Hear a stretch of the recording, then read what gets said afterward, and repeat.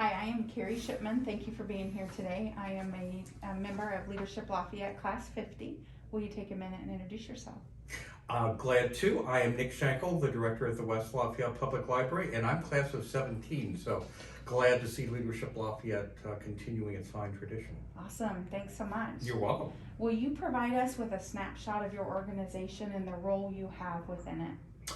I will be glad to. We are the West Lafayette Public Library, serving the West Lafayette community, and actually anyone who wants to come in and use our facilities or use our online resources are welcome. We don't make a distinction there. We're located in the village of West Lafayette, right in the heart of the new downtown of West Lafayette, across from City Hall. We're about 3 or 4 blocks from Purdue University. And one thing I should mention right now is that we are under reconstruction and expansion. So pardon our dust. It's an exciting time for us, an exciting time for the community, and hopefully an exciting time for just everybody involved. Sure. It'd be exciting to see it when all the renovations are complete. It is. When working to attract volunteers, what attributes are you seeking the most?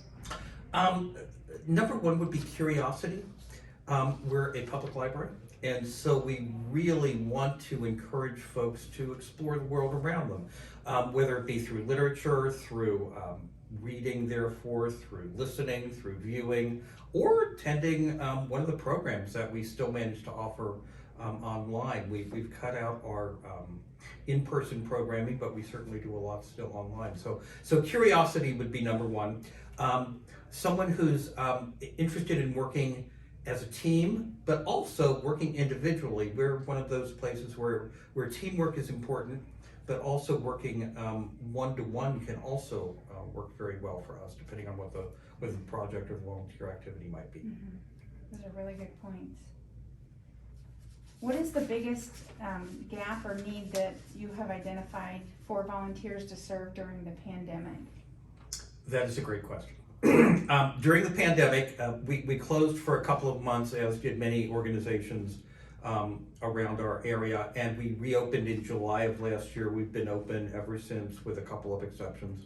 We were always open electronically. Of course, you could always surf into our website and use the many things we have there. And we've been providing curbside service, whether the building itself is open or not, and that's proven to be very well appreciated as well. So, to get to the nub of your question, we are really surprised and pleased that we're getting a lot of donations.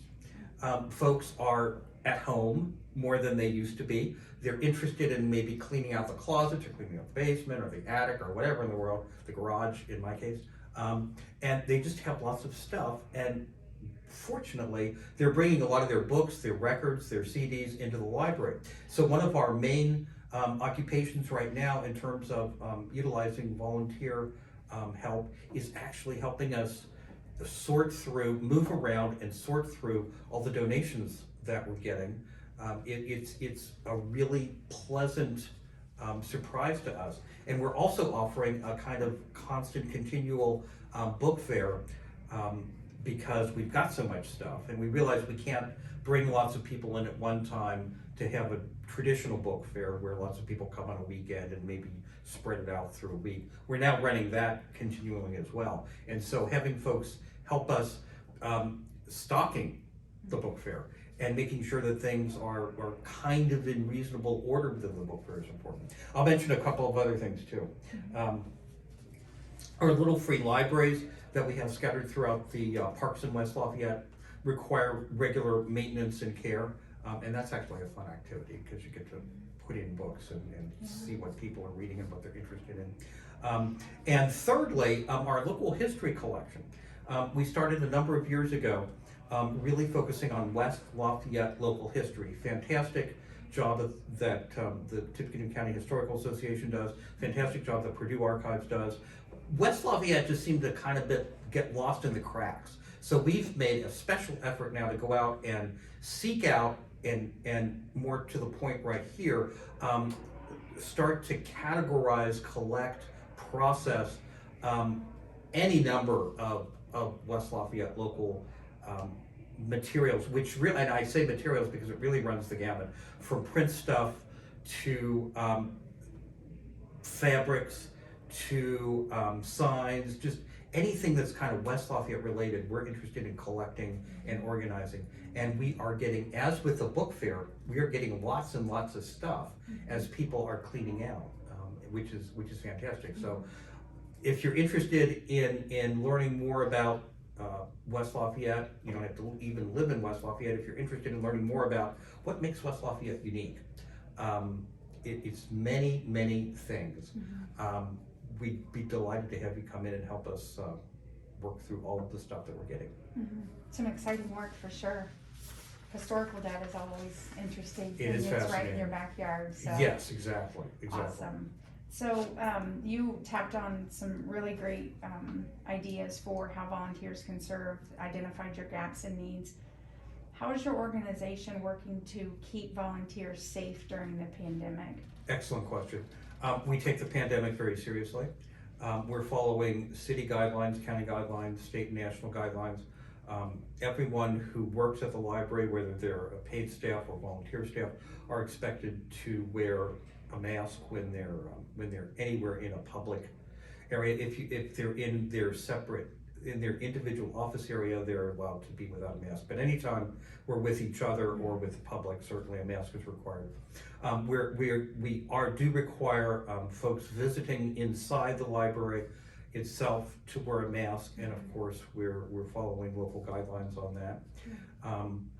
We have socially distanced our collections as much as we can. The book fair, as I mentioned before, is spread out through the whole first floor of the library. It'll be moving to the second floor because we're going to begin remodeling the first floor. But again, we're spreading things out. The most popular collections are spread out so that we're not encouraging folks to hang around together. And at the same time, we're trying to maintain a happy, friendly atmosphere as well. We're not trying to kick you out or make sure that you don't get the full library experience that as far as we can offer it right now. And we're also doing a lot electronically. Good. Which leads me to my next question. Is there a way for a volunteer to serve your organization without being physically present? There is. The number one way I can think of is to use our electronic collections. Public libraries exist because we are useful to the community. So having folks come to our Facebook page, come to our website, use the many items that we have online, including programming, but also the catalog, obviously. That's an important part of what we do right now, and it's something everyone who's interested and has access to electronic means can do.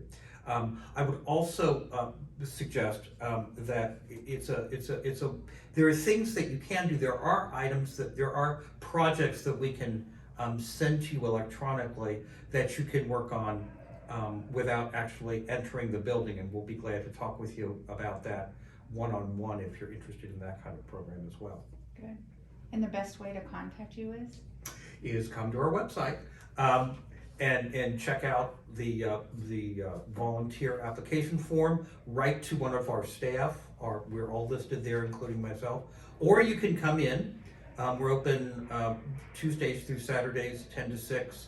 Saturday we add 10 to 12 in the morning. And of course you can call. So any of those are welcome. and your address? Is 208 West Columbia Street, West Lafayette, Indiana. WLAFLIBINUS if you want to surf in, westlafayette.library.in.us. Perfect. Thank you so much. Either way. Appreciate the information and your time today. You are welcome. Thank you for having me in.